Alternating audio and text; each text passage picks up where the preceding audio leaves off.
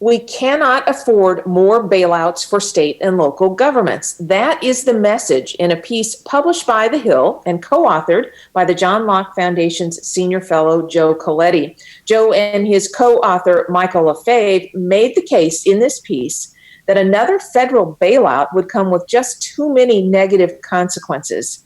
Joe joins us now to talk a bit about this. Joe, welcome back to the program. Good to have you with us. Glad to be here. Thanks, Donna.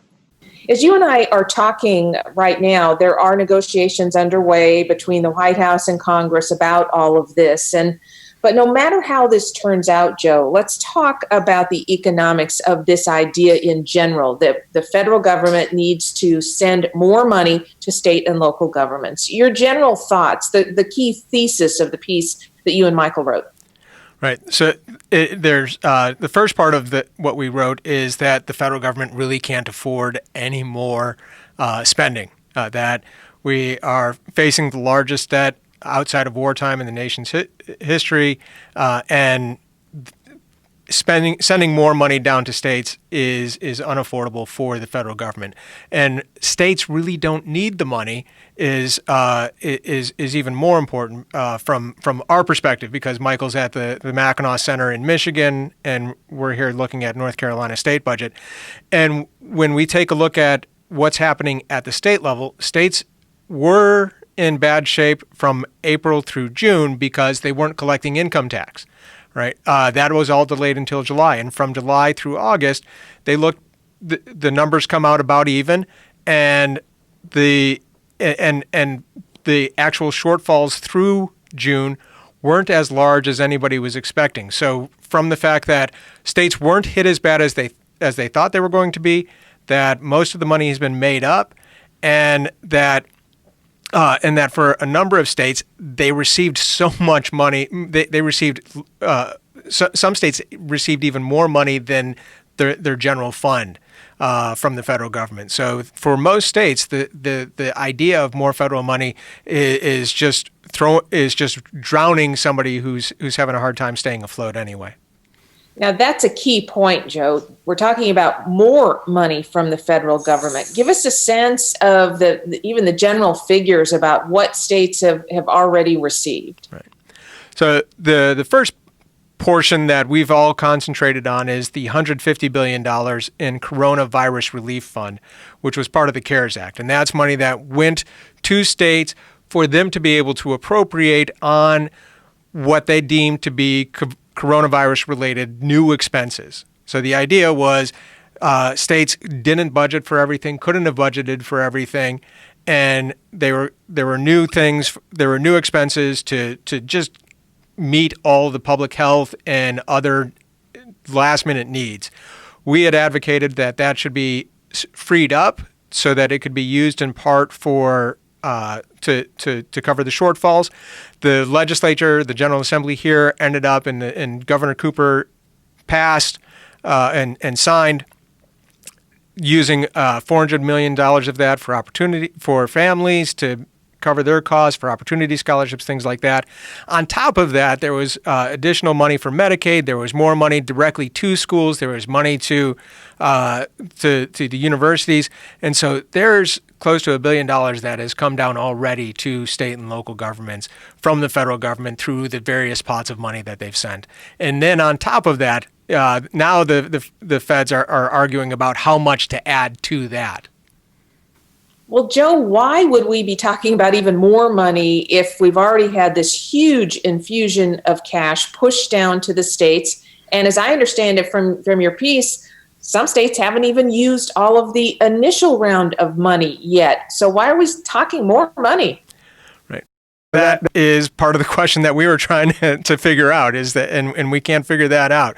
Part of it, though, is that the first response from Washington, especially from Democrats in Washington and Congress, is let's throw more money down. But we've also seen this from the White House, that they want to use money for infrastructure, and they've been talking about anywhere from $150 billion more to $500 billion more. And the Democrats on the House side have been talking $1.5 to $2 trillion up to that amount they've been bringing that number down. The last one that that's just the natural reaction of folks in Congress is let's spend more money. That's how we fix everything. So no matter how this ultimately turns out, we've got a huge debt problem. Even if somehow or another we decide we're not going to send even more money, or if we do, whatever the amount is, Joe, how are we going to pay for all of this? That is the multi-trillion dollar, the $23 trillion question at this point. That we were already running $1 trillion deficits in good economic times.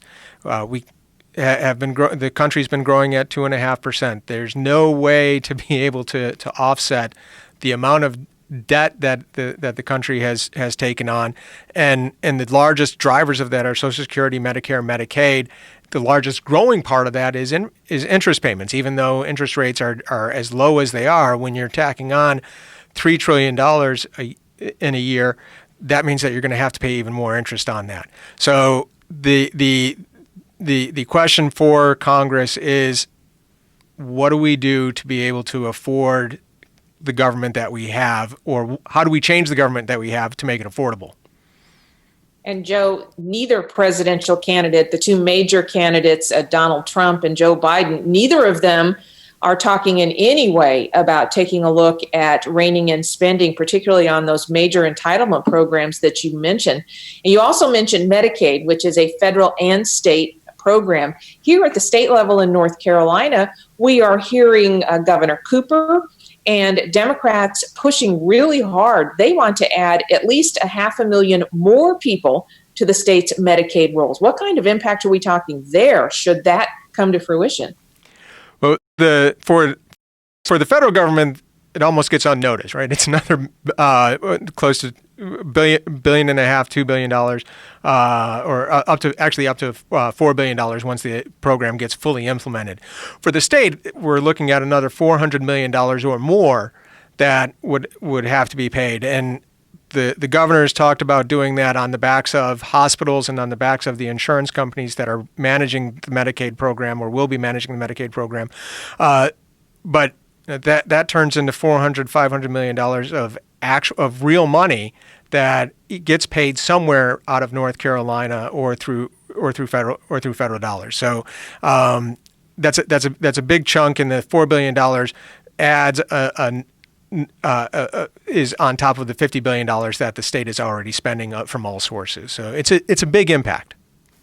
Well, it's a huge impact, and future generations are going to have to be paying for this, whether we end up expanding our spending here at the state level, and that depends on who is elected to the General Assembly, who the governor is, et cetera, and certainly at the federal level as well. Joe, in our remaining moment with you, are you optimistic or pessimistic, you being a numbers guy, at what you're seeing? I am optimistic at the state level. Having some concerns about the economy with so many more businesses permanently closing, but still optimistic, bullish on North Carolina, but very concerned about the national picture.